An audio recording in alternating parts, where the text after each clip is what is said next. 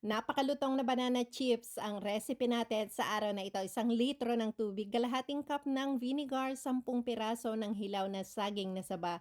Maglagay ng coconut oil sa kamay para maiwasang dumikit ang dagta nito. Balatan natin ang saging na saba at ibabad natin ito sa tubig na may vinegar.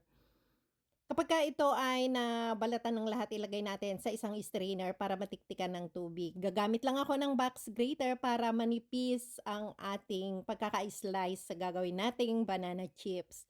Sa isang mixing bowl, naglagay din ako ng kalahating cup ng tubig, kalahating cup ng vinegar at kalahating cup ng light brown sugar para sa ating coating.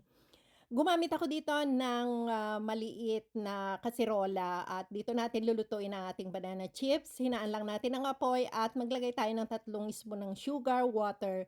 Huwag nating i-overcook ang ating banana chips para hindi ito pumait.